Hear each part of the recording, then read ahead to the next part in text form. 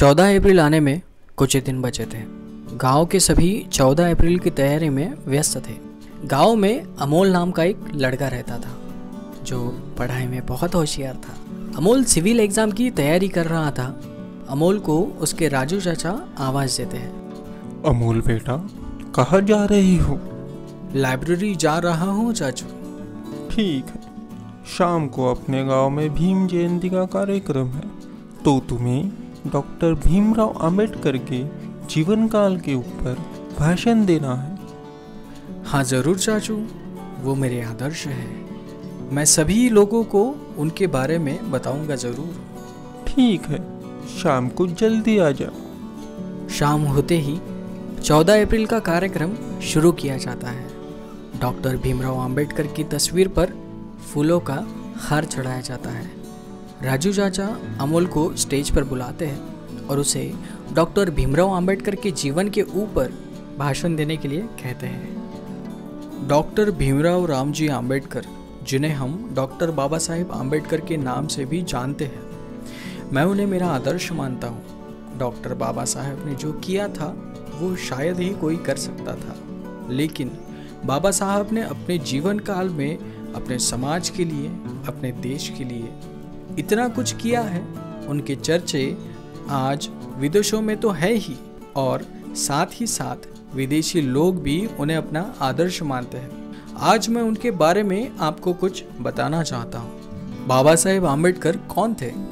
भीमराव रामजी आम्बेडकर वो भारत के बहुतज्ञ, अर्थशास्त्री, राजनीति तज्ञ और समाज सुधारक थे। 14 अप्रैल 1891 को उनका जन्म हुआ था। बाबा साहब ने मुंबई यूनिवर्सिटी से बीए और एमए किया था। कोलंबिया यूनिवर्सिटी से पीएचडी की थी।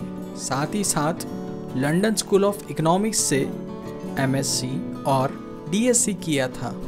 पेशे से वो jurist, economist, academic, politician, social reformer, anthropologist और एक राइटर भी थे। बाबा साहब को कई पुरस्कार और सम्मानों से नवाजा गया है, जिनमें भारत का सर्वोच्चतम पुरस्कार भारत रत्न भी शामिल है। बुद्धिसत्व पुरस्कार 1956 में मिला था। पहले Colombian ahead of their time ये पुरस्कार 2004 में मिला था। द ग्रेटेस्ट इंडियन पुरस्कार 2012 में मिला था।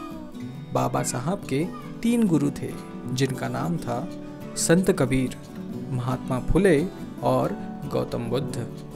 महाड़ का सत्याग्रह डॉक्टर भीमराव अंबेडकर की अगुवाई में 20 मार्च 1927 को महाराष्ट्र राज्य के रायगढ़ जिले में महाड़ स्थान पर दलितों को सार्वजनिक चौदार तालाब से पानी पीने और इस्तेमाल करने का अधिकार दिलाने के लिए किया गया एक प्रभावी सत्याग्रह था।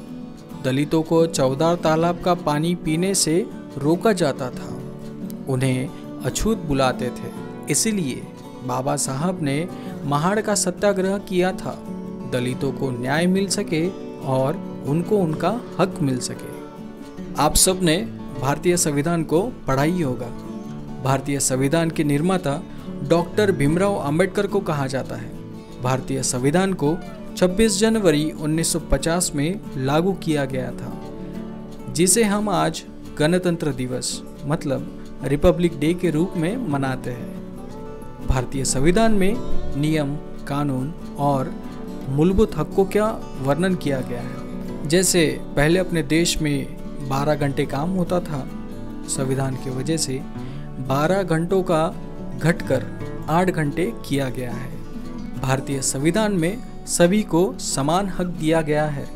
भारतीय संविधान में मूलभूत अधिकार, मूल कर्तव्य, नागरिकता, महिलाओं के लिए अधिकार दिए गए हैं और ऐसे बहुत से नियम लिखे गए हैं। भारत रत्न भारत का सर्वोच्च नागरिक सम्मान है।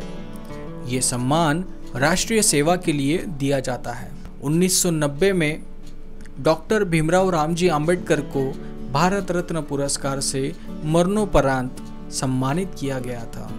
और आज भारत रत्न समाज सुधारक, एक महामानव डॉक्टर भीमराव रामजी आंबेडकर इनका जन्मदिन है। बाबा साहब की एक बात हमेशा याद रखिए, शिका, संघटित व्हा आणि संघर्ष करा।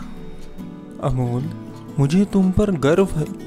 आज तुमने बाबा साहब के ऊपर बहुत अच्छा भाषण दिया है। चाचू, वो मेरे आदर्श हैं। उनके बारे में जितना कहा जाए उतना कम ही है। वो महामानव थे और हम सबके दिलों में अमर रहेंगे। आप सभी को भीम जयंती की बहुत बहुत शुभकामनाएं।